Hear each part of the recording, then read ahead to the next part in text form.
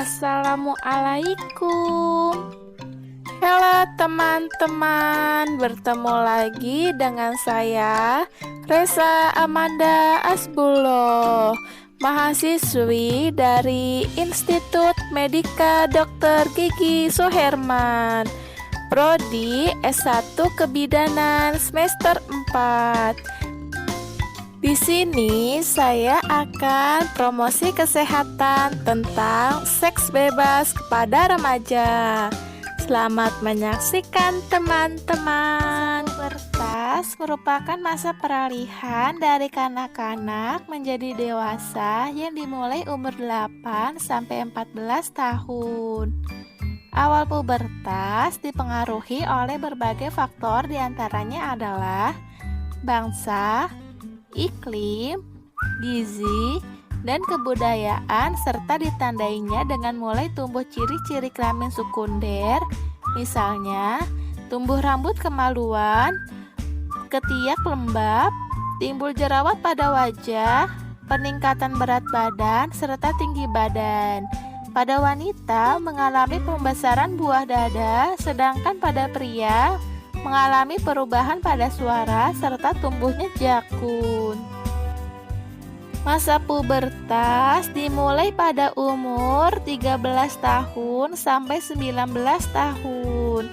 Masa ini di mana mereka mencari jati diri dan arti dari kehidupan. Pada masa-masa ini pula remaja memiliki rasa ingin tahu yang begitu besar.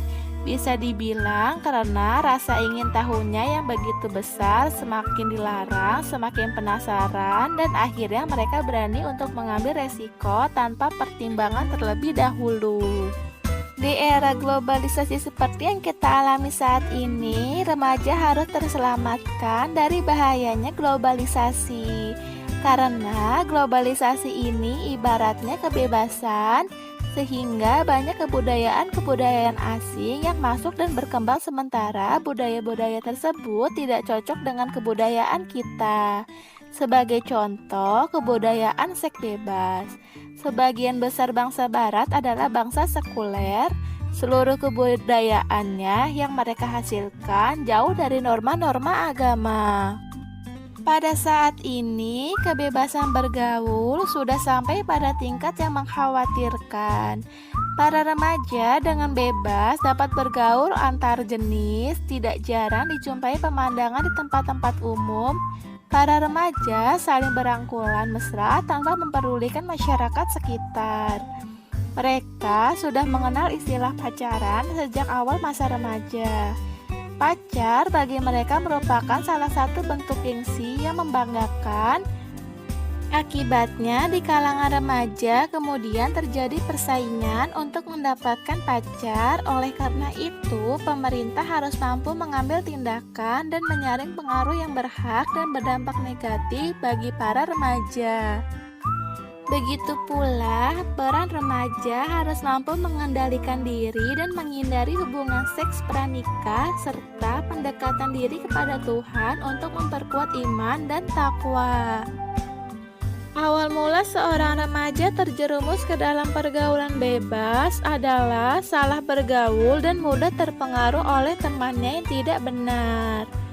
Kebanyakan remaja ini ingin dipuji dan dikatakan gaul oleh teman-temannya tanpa memikirkan dampak dan akibat yang berkelanjutan. Maksud dari salah bergaul adalah bukan berarti kita harus memilih-milih dalam bergaul.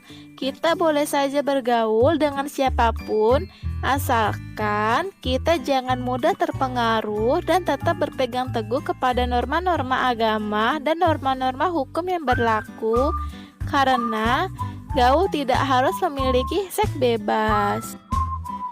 Oleh karena itu, kita sebagai remaja harus membiasakan berpikir panjang ke depan sebelum melakukan sesuatu hal, apalagi yang belum kita ketahui dampak baik dan buruknya bagi diri kita, keluarga, dan orang lain. Beberapa faktor yang mendorong para remaja untuk melakukan seks bebas adalah sebagai berikut. Pertama, karena kehidupan iman yang rapuh. Kehidupan beragama yang baik dan benar ditandai dengan pengertian, pemahaman, dan ketaatan dalam menjalankan ajaran-ajaran agama dengan baik tanpa dipengaruhi oleh situasi kondisi apapun.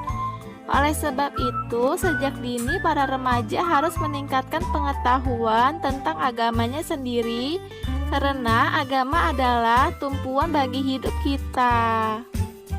Kedua, kurangnya perhatian orang tua. Orang tua sangat berperan penting dalam kehidupan seorang anaknya. Bimbingan orang tua sangat berpengaruh pada tingkah laku seorang anak. Ketiga, pergaulan bebas. Teman merupakan orang yang sangat berpengaruh bagi para remaja. Memilih teman berarti memilih masa depan, maka pilihlah teman yang dapat membimbingmu ke masa depan yang cerah. Yang keempat, tekanan dari seorang pacar. Karena kebutuhan seseorang untuk mencintai dan dicintai seseorang harus rela melakukan apa saja terhadap pasangannya, tanpa memikirkan resiko yang akan dihadapinya. Kelima, pelampiasan diri.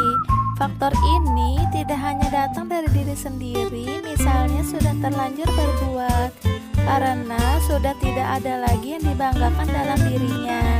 Ia akan merasa putus asa dan mencari pelampiasan yang akan menjerumuskannya.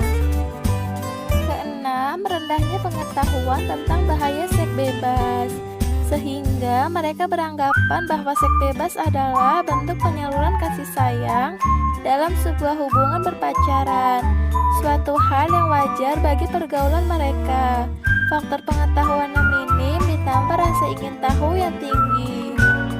Ketujuh, lengkapnya fasilitas.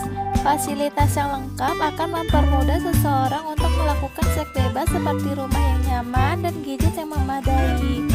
Maka perlakuan seks bebas akan mudah sekali terjadi, terutama layanan film dan sosial media.